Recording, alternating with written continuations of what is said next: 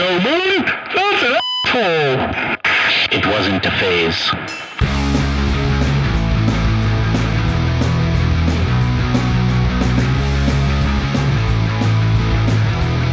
Hello everybody, welcome back to the Senior Citizen Podcast. It is a family affair today because we are here with the Osceola Brothers. Did I say that right? I'm so sorry. Okay, Osceola Brothers. Did it correctly. Yay! How are you guys doing today? We're good. I'm so glad you came out. So pretty outside.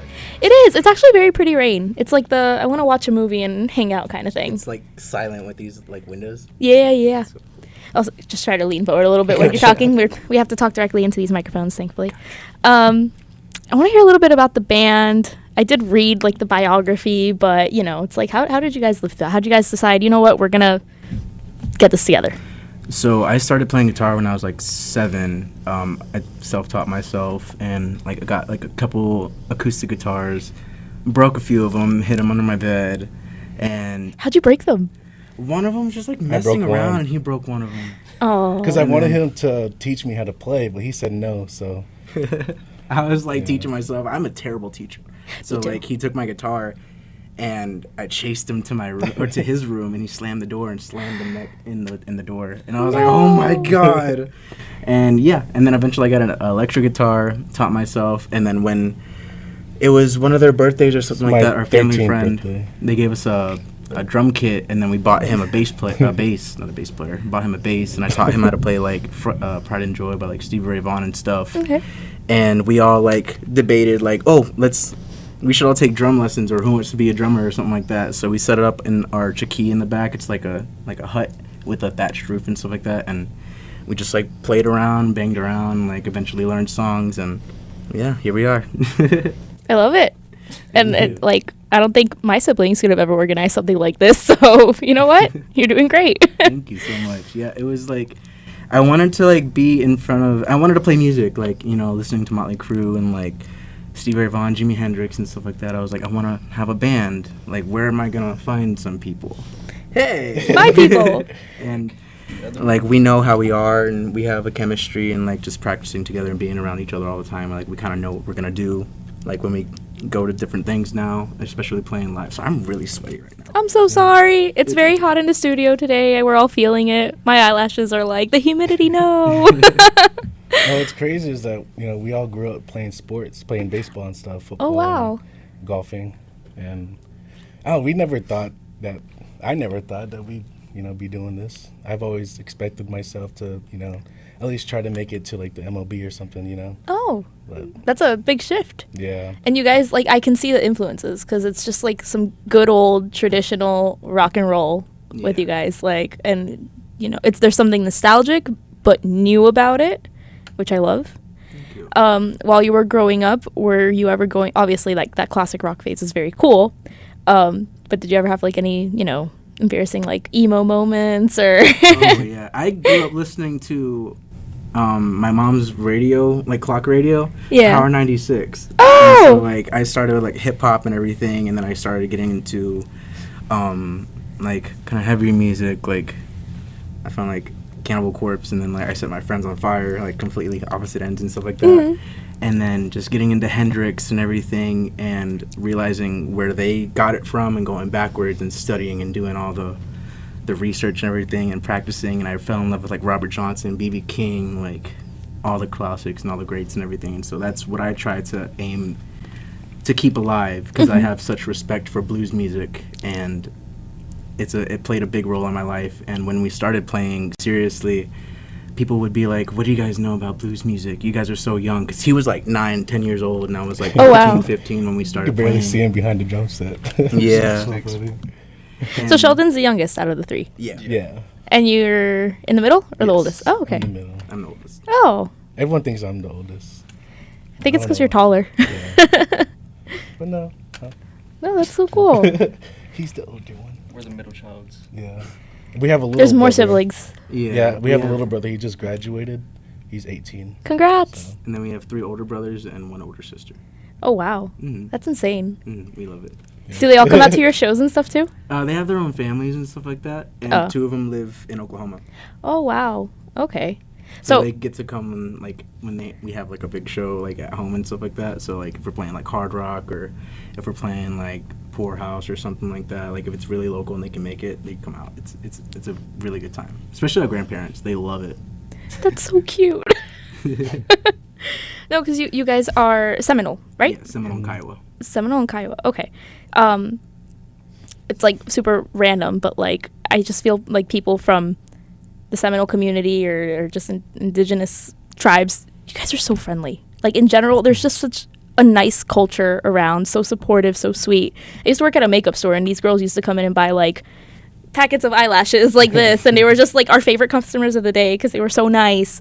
How do you think that's affected the music making? Do you think the community has been something that's, you know, helped you push through maybe some hard moments? You want to take this one? Well, you can see Yeah, that. claim that mic. Let me scoot in real quick. Go for it. Well, like the community, like when we're playing like these local shows and stuff, and they come out, it's just like, for me, seeing like our community, just like bring each other up and what's it called? Supporting. Yeah, supporting. You know, I like it. It makes me feel good. Yeah, For just sure. That's like for the- me, though. You know, just like everyone we grew up with, because, well, you know, just the younger generation and stuff, and like the generation we grew up with. It's good. It's nice to see familiar faces out, and Right. you know, supporting each other. I just love to hear that they come out because, like, I could tell a handful of people, hey, I'm doing this, or come out, and it's just like, hey, yeah, I'll be there. And, it, you know, because time comes around and no one's ever there, no one's ever supporting and stuff. You have a very small group of people. Yeah, it's like we grew up with a lot of these people. We play baseball with them and going to different activities and stuff like that. So, like, I grew up and then went to college and stuff. You know, we grow up and have our own lives. But when we come back and everybody regroups and everything, it's like nothing really changed. The people get in relationships, they start having children, and it's like beautiful. Yeah. And so, like, the reason I started playing is because, like, music saved my life. Like, I can honestly say that. Like, I would not be here if it wasn't for that. And so I feel like it's my responsibility and my kind of duty to just give that back and give a chance to somebody, because there's so many kids that take their own lives. There's a lot of ODs. There's a lot of it's a lot of trauma that comes within our bloodlines and our communities, like same communities and stuff like that with you guys and everything. And to give something, or to have something that you can transmute and, you know, give that energy back, or like change it in a certain way, or like take that darkness and put it into a light. People feel that. And so, like, I feel that with our community we have sorry, I'm like, trying to No, you're good. convey Take your this. time.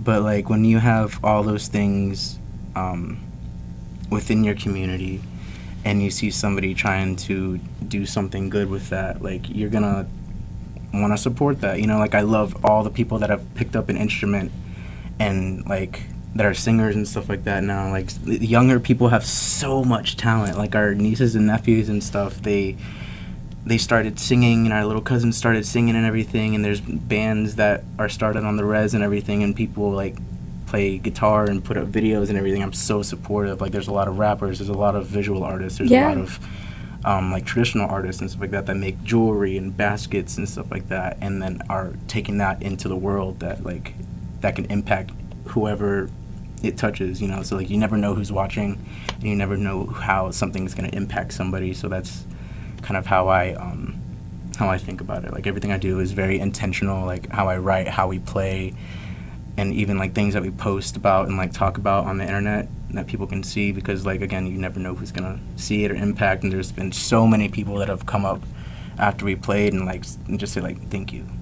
Like, we were in South Dakota one time, and this guy just came up and sat at the front of the stage and was just like, I could tell he was like having a really tough day, because after that he was just like, I just wanted to say thank you. I was walking down the street and I heard you guys' music, and, like, dude, my day was not going so good. Aw. And it's just those moments to me that I could die tomorrow and be like, my job is done. Yeah. Like, if we impacted somebody's life for like a minute to get them out of their heads, or like help plant that seed for them to go and impact somebody else, like, that's my job. That's my job done. And it's crazy to think, like, how big of an impact it could be. Because it could be from saving somebody from having a bad day, and it's kind of like, oh, yeah, it's not so shit anymore, to even saving their lives, how music saved your life.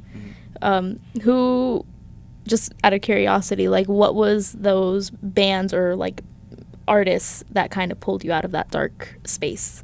For me, it was like Motley Crue, Jeff Buckley, Gorillaz. Oh, I love the Gorillaz. I love Gorillaz so much. Oh my god, I keep telling my girlfriend if I ever see them in concert, I'm gonna bawl my eyes out. They came a couple of months God. ago. I don't know where I was, but I bawled my eyes out like after I heard they came down here. I was like, dude, dang. But yeah, for me, it's a couple of those artists. And what about you guys? Same thing, Motley Crue, Poison, LA Guns. I'm a huge Tom Petty fan. Okay. We saw Tom Petty, was it like probably a couple months before he passed Yeah. away Oh, wow. up in Nashville. And that was one of the best concerts I've ever been to. And Thin Lizzy. So, Motorhead. What about you? He's gonna come in here and be like, I Well, like, don't grab it too much. I don't know, Tupac. Well, yeah, just like growing up, we all listen to the same music, like Motley Crue and stuff. So that's like my first memories of like any music, and that's probably like when I was like 6 or something. But when I got into like middle school area, that's when I started diving into like Asking Alexandria, Sleepless Sirens, and stuff like that. That's like good shit. I just like how fast it is and like just heavy, you know. Yeah. And I kind of lived through it wasn't really a rivalry, like there wasn't anything going on, but in your mind, like they were just kind of equal, and it's kind of like when it was the whole, you know, are you team Sleeping with Sirens or team sleeping, being a Pierce the Veil? yeah. It's like, they're totally different, and growing up you realize Pierce the Veil is the better of the two. But who wasn't a Kellen Quinn fangirl? That's very cool. What was I going to say with that? Lost my train of thought. Sleeping with Sirens. No, there was something before that. Totally lost my train of thought. About I guess groups we listened to or influenced us. Yeah. I don't remember which one it is. Okay. Yeah, we have a very wide variety of like people we listen to. Sheldon makes beats. We're all producers, and he likes he takes clients and does hip hop and rap and everything, and I take clients and do hip hop and punk and hardcore stuff, and like the scene around here is just like very diverse, and I really love that because I don't like being stuck in a box. For a while, I was like stuck. I felt like I was stuck in a box musically. Like when I discovered blues, I was like, oh my god, this is something I discovered. Like, One of our prior guests, Scott, I don't know if you ever saw that episode, but he was like, I don't remember if it was on the episode or after that we were talking, and he was so obsessed with Louisiana, going down to New Orleans, and he was like, it was just so great over there, like everything I discovered. And he's super talented. He that's does, really cool. yeah. What's his name? Scott McCrane. He's part of a couple of different groups, Monaco Slim, That's what's Voodoo Elvis. Shout out Scott. But yeah, I think it's great to be, and I constantly fight against the genre box. Like, it's just so nice to sample and listen to all types of music. Like, you can listen to Asking Alexandria and the Gorillaz, and then Power 96. I don't know if you ever went back to listen to what was put on. Probably, I feel like we're the same age-ish. What was on back in our day that we listened to as kids, and it's like, shit, that's not appropriate. Yeah. Like, you listen to the Yeah. lyrics, and you're like, oh my I god. woke up 9 in the morning, like, smack that.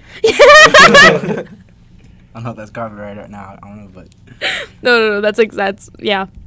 For me, it's always the biggest like surprising track is "Grind on Me" by Pretty Ricky. oh my god, yeah. It's like, how was I listening to this? And It's like, here, guys, everybody listen to it. and I think the craziest part for that for me is that my mom doesn't speak English, so like all these songs.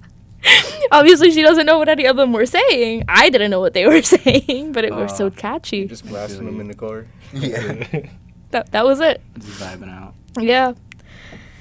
Yeah. Good shit. Do you guys think that because you all listen to about the same type of music, that's really what allowed you to get together as a band?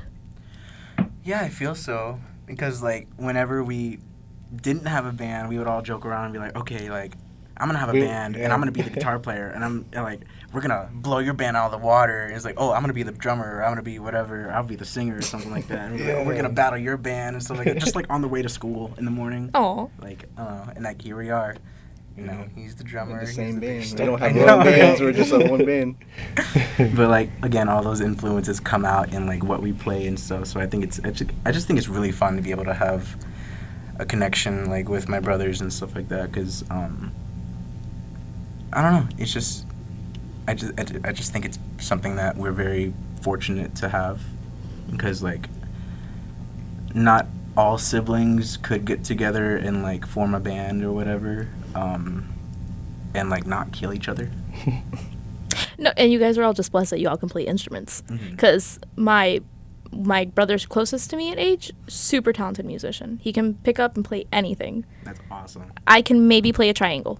Hey, that has some If you cue me right, no. If you tell me it takes skill, then I quit. I have zero musicality. some time just boom. Oh my god! It was off. Oh shit. I remembered what I was gonna say. It came back to me. Tom Petty. Know what that It was funny. I was watching like a UF graduation because my friend was graduating, and they're like, "Yeah, we're remembering Tom Petty because of the music school, whatever. Like, rest in peace. What? All this whole shebang." And then this lady comes up, the lady who like presented it, and my brother, the same one I'm mentioning that does music, he texted me. He's like, "Tom Petty would have like hated all this shit." Like, Damn. and I'm telling you, that lady was up there. She's like, "I have my doctorate in nursing and something," and I'm like, that lady looks like she's anti-abortion. Like, you should not be in healthcare. But yeah, that's what I was like. It slipped my mind. It was right there. He mentioned something. It just couldn't go away. You guys have played lots of different stages. You're not just South Florida. You guys went to Las Vegas, if I'm not wrong, a little bit ago. How was that? That was really cool. That was our first time being there as adults and then playing a show there. So Did you go to the casinos? First night. Yeah. I didn't Had gamble. to, I like you to know? keep my money. I've never Vegas. been to a casino. Really? Never. What? You gotta come to Yeah, it's classic fun. sometime. Yeah. Okay. I'm down. Yeah. I ain't got no money, but I'm down. First. We'll do like a little day in my life vlog. That would First be time at really the cool, casino. actually. Hey. Yeah. And it's on camera now, so we gotta go. Beginner's luck, you Yeah, win. we Yeah. have to do it. All right.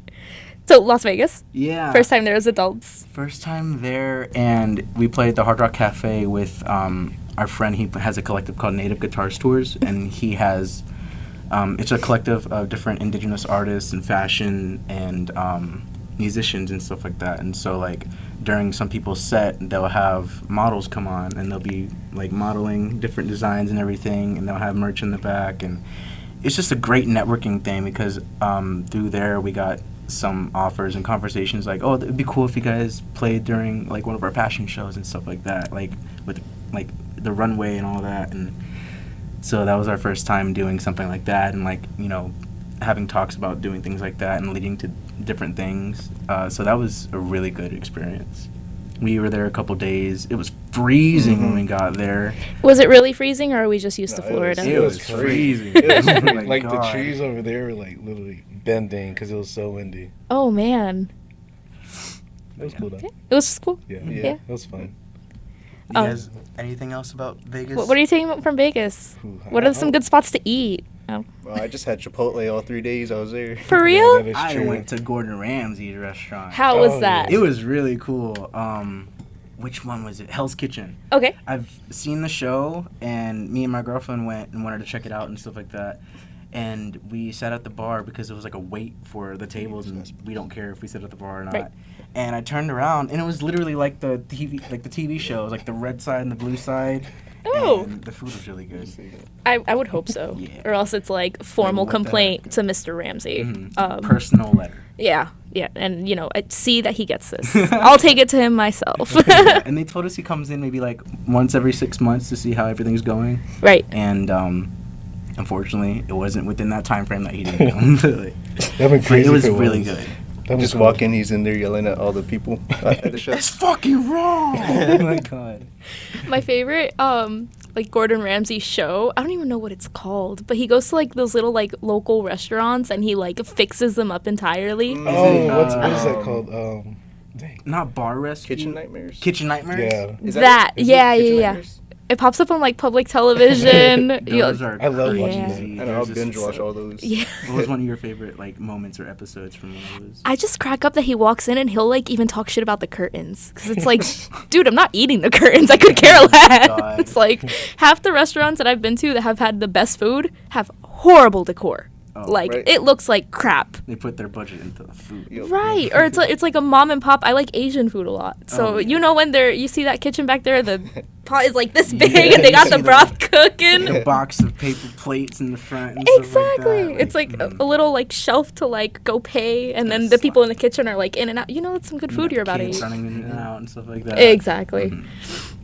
Like small town or like small like personal things like that like hit so much harder. Yeah, and I love homemade food or feeling the homemade food, and obviously that's like it's not where I'm from, so it's homemade probably to someone from that culture, but for me it's like this shit's bussin'. It's different seasoning. Definitely. Awesome. Yeah, but the kitchen nightmares is great. What was your guys' like favorite memory from that? I like, is it Hotel Hell or something, or he does the same thing but with hotels. Oh, really? Yeah, Oh, he goes yeah, I through forgot and about that. like it'll be terrible. Like there's this like a bed and breakfast or something like that somebody was. It was like their baby, and they had put money and been doing this for a while, but it was like, oh no, this one he wanted it to be like the Lamborghini or the Ferrari of hotels. Yeah. And he spent money for it to be like designed like a top-notch car or whatever, but it was just so boring and impractical. Like there was like no TV, there was one desk, like 2 chairs, Oh no. and the tub was like in the corner right there. It's, Oh like, no. completely impractical. Yeah. It's giving vibes can like see when you that. go to a fancy like brickle restaurant. It's like I'm gonna order this one thing and it's like $40 and it's like this big. Oh my god, Yeah. yeah. You're like, A little yo, drop of this. Yeah, just a little Or a little leaf on top of dollop. Oh yeah, the flower that you can't even eat. Yeah. It's like just decoration, So I bigger just than the picked it actual up thing. From outside. Here you go. At least walk out wearing it to get Oh to get a my bang for my buck. Right. Oh, that's awesome, you guys. Yeah, Vegas was cool. When we were a couple years into starting, we actually got to play the Hard Rock Rising Festival. Well, first Hard Rock Calling. Then again, it goes back to like you never know who's like listening or watching and stuff, and so like the head people from these festivals just happened to be there when we played, and they're like they would love you in Barcelona. And because the head of the festival saw us and put us on, we got to play that because they're like Live Nation wouldn't really do this because they own all the festivals and everything like that, but we need you guys to go over here. And so I was like, I just graduated high school. I was like 18, he was like 16, like 14. Did you and just we went over you there. graduated? Huh? You graduated when we went? Yeah. It's like 2015. I was like, yeah, I was 14. Okay. Yeah, that was crazy. That was the first time going to Europe, getting a Right. passport, Oh wow. seeing a different country. It was really cool. Like a real big culture shock, but like in a really good way. No, and Spain seems fun. Like we'll just leave it at that. Spain seems fun. And I'm sure as like an adult, my brother's in Spain right now, so. My little brother Shout just out. got back from Spain. Yeah, he just got back from Barcelona. Oh really? Or Yeah. But, it was from Malaga. Malaga? Malaga. Oh, That's where Malaga, he was in Spain. uh-huh. Malaga. Uh-huh. Malaga. no, good stuff. My brother went to Madrid, and now I think he was going to Barcelona. I don't know. He said, "I'll text you when the plane lands." I'm calling him out in public right now. He said, "I will text you when the plane lands," and I have not gotten a text. And he left You about text 4 her days back. ago. Yeah, 4 days. Yeah, I'm about to text him and be like, "I don't know if that plane's still up in the air, but you good?" That's one long flight. Right. I see you guys have tattoos. I want to hear about tattoos. Oh It's my been a God, while I have since we've done tattoos? tattoos. Shit, you didn't. Fuck. Yeah, I recently started getting tattoos, and our people had tattoos long before colonization and stuff, and that tradition and stuff has been lost and stuff, because even like during the 1800s, there were elders that didn't know we had tattoos either, and so like people would get them from going to war or like accomplishing things and providing for their family or something like that.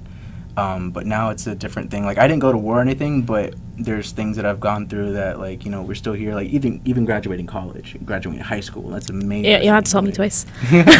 Like things like that are accomplishments you Yes. want to mark them on your skin, you know, even if it's just ornamental. Like I just got these for ornamental reasons, and just it makes me feel like reconnected with those that have been taken from us, and you're like a walking art piece. Yeah. I mean, when I mention tattoos, I by no means am one of those people. It's like everything has to have a super deep meaning. For sure. Because it could just be like a funny story surrounding them. I like to know people's favorite tattoos on themselves and stuff. So we can go one by one. What's your favorite tattoo that you've gotten so far? One of my favorite first ones, my girlfriend actually gave me a heart right here because she was she was starting tattooing with eyebrows and stuff like that. So I was like, put one on my leg. Oh. And so she gave me that, and then Very Ariana Grande-esque. My left side only. And then I got another one on my leg because at first my mom would kill me if she saw me getting tattoos, so I got them on my legs first. Right. And then I got this one. She lost her mind and like started yelling at me about things that like were not even relevant at the time. Yeah. And I was like, okay. Was it the like you got the tattoo and it's like, oh my god, you're on drugs, like no connection. Like, oh my god, like you're gonna start doing drugs. You need to go to rehab or something. Like, Mom, I'm not doing anything like that. I literally got something because I liked it. The song name. Right. And but then after that, they started getting some, and you know she's got to take it out on the first one, and then it gets better as they go on. Exactly. But yeah, I got this one. It was actually on a gorget found in the Mississippian era. And like our culture, like the southeastern culture, it's called the Southeastern Ceremonial Complex, or like the Southern Death Cult, as some people like to say. And so a lot of these were carved into like effigies of pottery and stuff. And this one it's a person representing or like imitation of the morning star. And there's a lot of representation or like different things in it, like the falcon eye around the eye, and then the stone mace, and then he got a trophy. It's got the head, and it's like a successful imitation. Okay. So it's like, yeah, it's really cool. Badass. I don't want to botch that. So like, if there's anybody watching, like, yeah. Badass. What's your favorite tattoo, Tyson? It's on my arm right here. If you can excuse me. I got that. He's like, hold on, I want to show off. And is that mine? Yeah. I think that's mine. Se me están encuerando. Well, I have this one right here. I drew this one. Oh. And yeah. Take two. No, just kidding. Well, I got this one. I drew this one about a year ago, and then this is my favorite one right here. It's very pretty. Thank you. It took me a while to like figure out like what I wanted on there, because like I don't know, I just like drawing and like doodling and all that stuff. And this right here, I got a butterfly, and this one hurt. Really that one bad. hurt? Yeah, just like shading. I was just like, But I was gonna say the shadings are really good on like both of them. thank you. Yeah, we'll take pictures of them and I'll put them in the edit. Yeah. You're all good. But I got this one down on Griffin Road. It's called Electric Flamingo. So they do really good tattoos. Good stuff. Really good. But yeah. And then I got I think it's a narcissus flower for my girlfriend. It's the December birth flower. So Oh, got it that's right very here. pretty. She has a rose for June because I was born in June. So right here on her forearm. It's so cute. I love those because it's subtle. Like, you know what it means, but if anything ever happens in all these twists of life, it's not like, right, it's not like her name, like, like my mom used to have a coworker that had a tramp stamp with her boyfriend's name on it, and she just kind of blacked it out when he broke up. Just a blush. That was a mistake. Yeah. So we make smart choices here. What about you, Sheldon? Probably this one right here. That's very nicely done. Thank you. I got it out in Delray from, her name's Art Wolf. Shout out Art Wolf. A wolf from Art Wolf. Yeah. Well, I got a wolf because like wolves are my favorite animal. I just like them.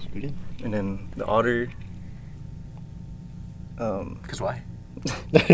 Because he likes them. I got an otter because we're all Otter Clan Oh. in the Seminole culture. You know, How many clans? There's left? 8 Seven? clans, 8 clans, and the clans come from the mother, and we're otter. So What are the other clans? there's Big Town, Deer, Bear, Wind, Otter, panther, and panther, snake, and I feel like I'm missing one. You have 8 fingers up. And You said bird? bird. Yeah. Okay. Our grandpa's bird and our grandma's otter. Oh. And we're like one of the smaller clans, and one of the biggest clans is panther. Okay. That's so Yeah. interesting. Thank you. And it's interesting too because like between like Seminoles down here and Seminoles in Oklahoma, there's like a few different clans. And even Creek, we have like kind of similar culture because like during the 1800s and stuff, there was some Creeks that got involved with the U.S. military, and they declared war on another band of Creeks and sent those Creeks down here, and they merged with the natives that were already down here. And when they bunched up with them, everybody just called them Runaways or Seminoles, and they're like, okay, y'all are that. Y'all are Seminoles, and that's it. And we come from what is it, Creek, what is it, a backline or something like that? Like our ancestors are Creek, I guess, Osceola. Right. That's where we get our last name from. So they were originally Creek, and they were running from the other Creeks and the U.S. government and stuff like that, and here we are. I love that you know, like, to a certain extent, so much of your ancestry, like, because, like, I know where my mom's from, I know where my dad's from, I know vaguely a story about my great-grandparents, and that's about it. Like, It's very important because like that's what they want. They want you to not know where you come from, because then you don't have your ties to where you come from, and you get that strength from all those people that came before you and Yeah. stuff. And I was watching an interview right before this, like Rainn Wilson was talking about cynicism and how important it is to not give into those thoughts, because when you do, they win. right, They don't want you to remember things that have happened. They don't want you to remember who you are, because if you don't do that, you can't change the world, or you can't influence the mind that will change the world. right. So it's very important to know like where you come from and who you are. And as annoying as it might sound, like that's all I like to that's not all I like to talk about, but that's a very important It's something piece you that I like preach, to- yes, Mhm. yeah. Because like just people of this country have been through so many things, whether you're Native American or Latino or Latina, wherever you come from, like everybody has trauma and stuff, and it's important to remember that trauma but not dwell in it, but use it to kind of fuel your fire to make a better impact on the world. Right, yeah. And you're not going to learn anything if you don't like remember certain things that happen and stuff. Right. And I think it just boils down to maybe you guys have the extended family to, like, tell those stories and, like, oh, you know, your grandparents probably remember their grandparents. Yeah, a lot of things like But, like, is it- my mom, for example, never met her grandparents. yeah, She there's- doesn't even know their names or anything because my grandma didn't really talk to her kids about anything. So it wasn't Yeah. passed down, and it's things that have to stay passed down to stay relevant. Mhm.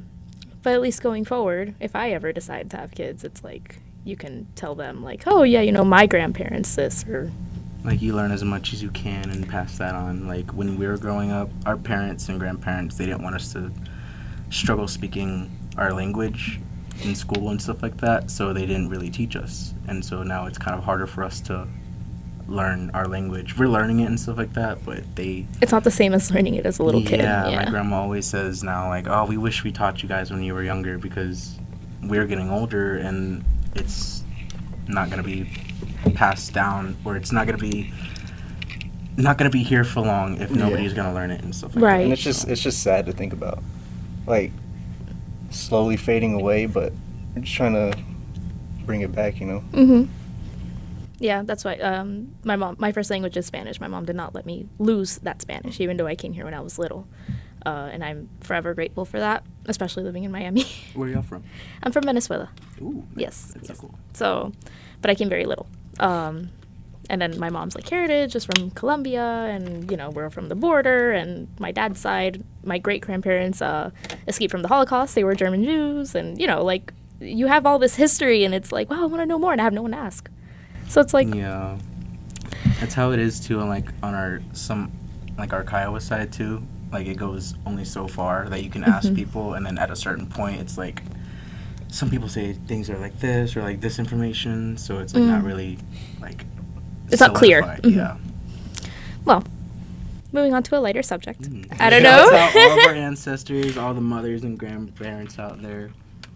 Your mother's lovely. Nice to meet her. She's in her zone today. Mhm. She's usually like a little more active and like looking over here. And whenever I mention her, she'll like make a face. But no, today we just got my best friend over here with her Team Edward shirt. So I don't know if you were Team Jacob since you like wolves.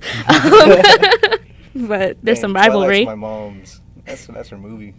I watched it so many times. still watch it to this day, like I every day. Nice. They bought me the DVD and I watched it so many times. Which one? The Twilight, the original when it first came one. out. Oh my gosh.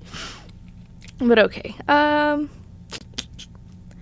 My partner, this is a 18-year-old female writing about her 24-year-old boyfriend, said she is replaceable. So I don't know if I'm just overthinking it, but I don't view him as replaceable, and when I heard those words, it really bothered me. So I came to his job to help him out. I was sitting with him rolling silverware, and he randomly started talking about how I'm replaceable and there's always someone better. And he said the same goes for him.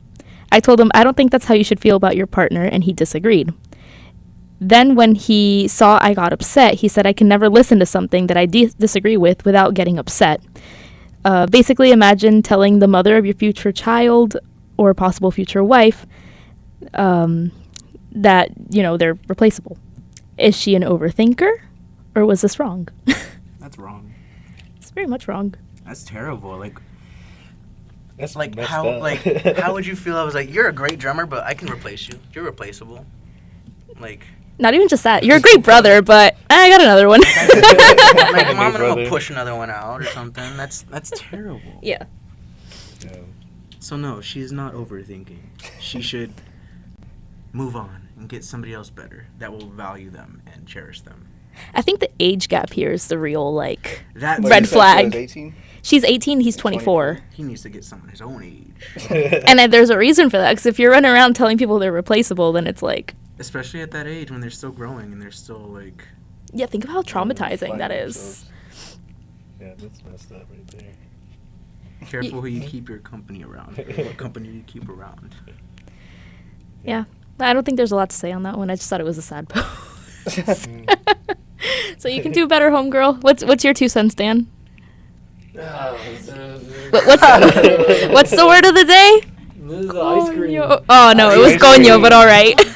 Conchale. Conchale. Still don't know what it means. All right. Shameless plug moment. I want to know what's next for the Osceola Brothers, because we got new music on Spotify like in 2017, 2018. So I want new music. I want to know what's up. So we got a new single coming out on Friday called Gold Digger. It'll be out by the time this is out. Yay. Yeah. And then we're working on a new album called Remember to Remember. And hopefully that's going to be out by the end of this year. We're tracking and everything at our studio, at the home, and everything. And that's the project that we're most excited about right now. So we're like playing shows and like testing out all these songs and everything. And Yeah. Cameron has a whiteboard in his room with the list of songs, and like we just add new ones on there and stuff, and try to see what fits best for the vision of the. Right. I'm imagining not just like a whiteboard, but it's like the detective like scheming thing, like this song after this song and this song after that song. got the yarn going to each. Yeah, like, thing, like- yeah. And then it just like trails out of the room. That's actually how like my mind works for this album, because like I have a lot to talk about that I want to talk about with like regarding like the suicide rate of young people and everything, and the OD rate. Not to bring everything back down, but like No, just, it's like, important things that nobody topics. really talks about. Like everybody wants to talk about like good times and everything, but I want to remember some people that can't be here to have those good times and everything. So there's things like that. It's something that's super important to talk about. I'm glad that you guys are doing that. There's music for everybody, for all types of moods, and while some days that's what you want to listen to remember the people who probably are going through something, or the people who are going through something will pick it up. And then some days you do want party music and that, good old Bad Bunny. There's definitely some barn burners on here. Like we want to have, we love variety of music, so we want to put like our influences in it too. So like there'll be like maybe like a slower blues song and then a heavier song, and then like a Thin Lizzy kind of sounding song. And so like we like to just merge everything. We will be here at the Senior Citizen Podcast, supporting you every step of the way, promoting those singles, promoting any shows you guys have coming up, and definitely promoting that album when it does come out. Thank you. Thank you guys so much for coming out. I really Thanks for appreciate having it. Thank you. And you guys out there, make sure to subscribe, make sure to follow the Osceola Brothers, and we will see you next time on the Senior Citizen Podcast. Bye. Yeah. Get our merch.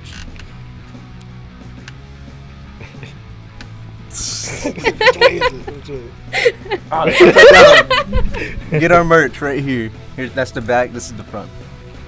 Right here. The link is in our bio.